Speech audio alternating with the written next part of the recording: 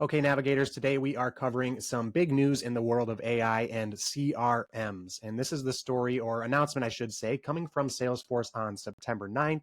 And I'll just read the headline from their blog or their news section here. It reads Salesforce launches Industries AI, 100 plus out of the box AI capabilities that tackle industry specific pain points across 15 industries.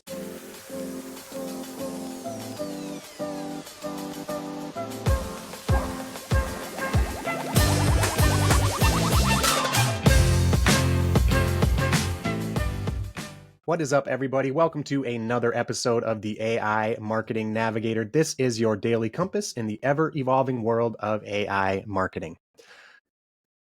Okay, navigators, today we are covering some big news in the world of AI and CRMs. And this is the story or announcement, I should say, coming from Salesforce on September 9th. And I'll just read the headline from their blog or their news section here. It reads Salesforce launches Industries AI, 100 plus out of the box AI capabilities that tackle industry specific pain points across 15 industries. So we talked in the past about Salesforce's AI efforts, their Einstein agents, the AI agents that will help you perform sales tasks or train you in sales simulations. And it looks like Salesforce is going to continue to take steps forward in advancing AI within marketing or sales, specifically within their CRM. So if you're not aware, Salesforce has these things called clouds, which essentially are custom implementations of the Salesforce platform with particular or specific industries in mind. These industries include things like the automotive industry, consumer goods, financial services, healthcare and life sciences, nonprofit, retail, technology, and there are a few more. I think there's about 15 or 16 different clouds here on their their industry clouds landing page. I'll definitely link to that as well. And now, according to this announcement, each cloud is going to have Industries AI embedded into its functionality. The article states that this is going to allow their users to utilize these AI tools to help automate super time consuming tasks that are specific to each job role and each industry role. The examples that the article gives here are things like matching the right patients to clinical trials, or providing proactive maintenance alerts for vehicles and industrial machinery, or performing inventory management optimizations if you're in retail. All these specific things that are specific to individual industries. To help Salesforce users adopt these AI tools more quickly and more efficiently, Salesforce has also created an AI use case library, which is super awesome. And apparently this library features more than 100 industry AI capabilities and dedicated use cases, including instructions and resources on how to get started for every single industry cloud. Apparently, this library is also going to be updated regularly with new capabilities and functions. So if you're in the Salesforce environment, if you're using these AI industries, definitely keep an eye on the library here. Beyond that, the industry AI features will also serve as kind of a jumping off point for specific industry agents or industry specific agents, which Salesforce is calling Agentforce agents. And I will link to the landing page for Agentforce as well. But essentially, it looks like this is a feature within Salesforce's AI that's going to allow you to build your own autonomous agents. You can sign up for an appointment to build an agent at the upcoming Salesforce conference, Dreamforce. But here again, we are seeing the advent of agentic AI right in front of us within our marketing and sales tools.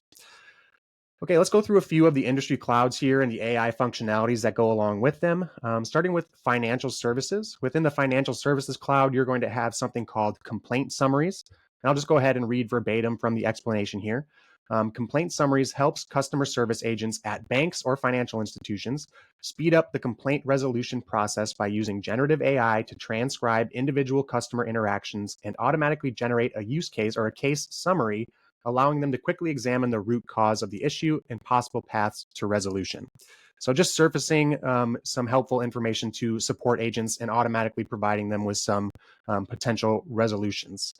And in healthcare services and life sciences, that industry, we already talked a little bit about a use case there in which you're matching candidates to clinical trials. And they also mention that here, and it's candidate auto matching, which helps speed up identification of eligible participants for those relevant clinical studies, allowing researchers and personnel to review and match patients to trials, pulling from both structured and unstructured data, like diagnosis codes, medication details, demographics, all of this reducing assessment time significantly for these practitioners.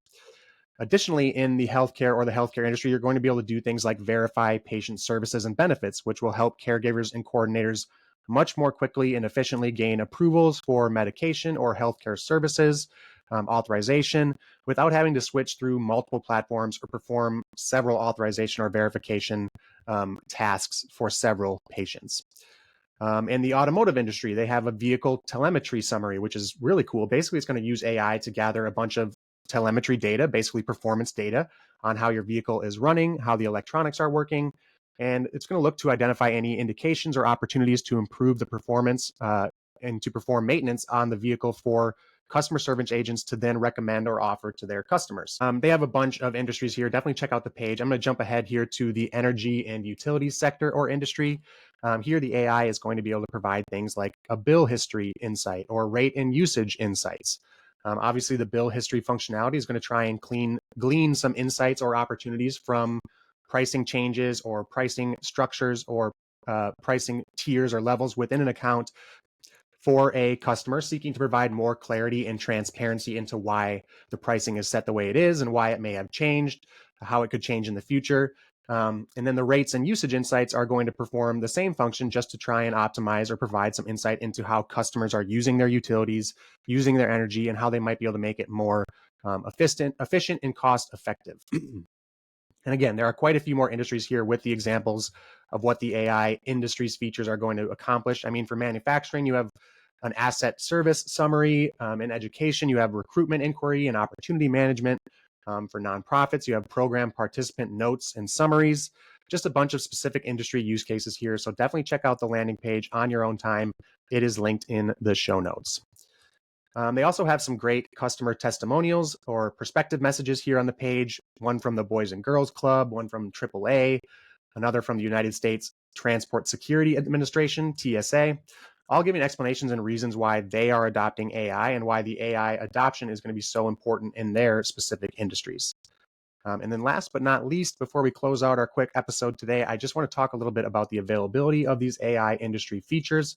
Reading right from the landing page here, every industry's AI capabilities will be available in their respective industry clouds, with the majority of the features generally available by October 2024 and February 2025. More capabilities will continue to be added as part of the 3 annual Salesforce releases. Below that, they do give us a little bit of a breakdown of what's available today. These are things like the ESG disclosure report generation and ESG report accuracy assessment, which are all within the Net Zero cloud. So if you're not in the Net Zero cloud, you're not going to be seeing any of these industry features or AI industries quite yet.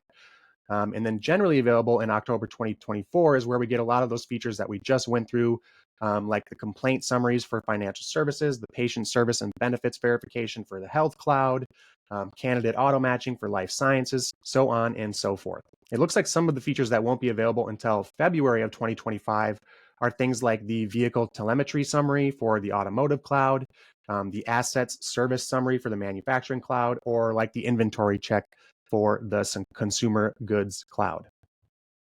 Okay, everyone. So if you are a Salesforce user, then your action item today is definitely go and check out these landing pages on the AI industries. Check out the specific functionalities for your cloud and start to think about how you can use them to speed up your workflows throughout the day.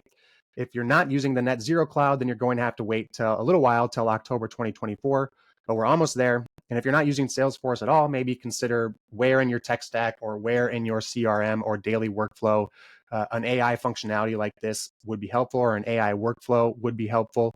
Or maybe there's an opportunity to create an agent, which we've talked a lot about in the past few episodes. So maybe try and do some sort of brainstorming in that area where AI functionalities can be added, whether internally by your own team or when these CRMs or when these CRM features become more available, or see if you can maybe come up with a use case for an agent. I'm sure there are plenty of things around your business that need doing by somebody.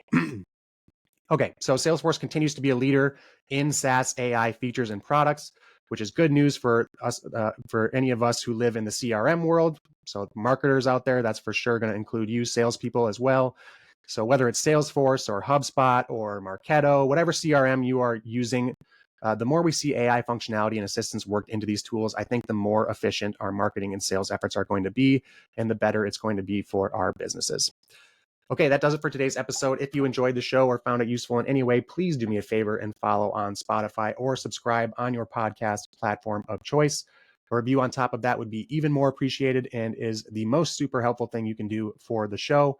So until next time, and as always, thanks for joining me, and remember to stay curious, stay consistent, and keep navigating forward. Bye.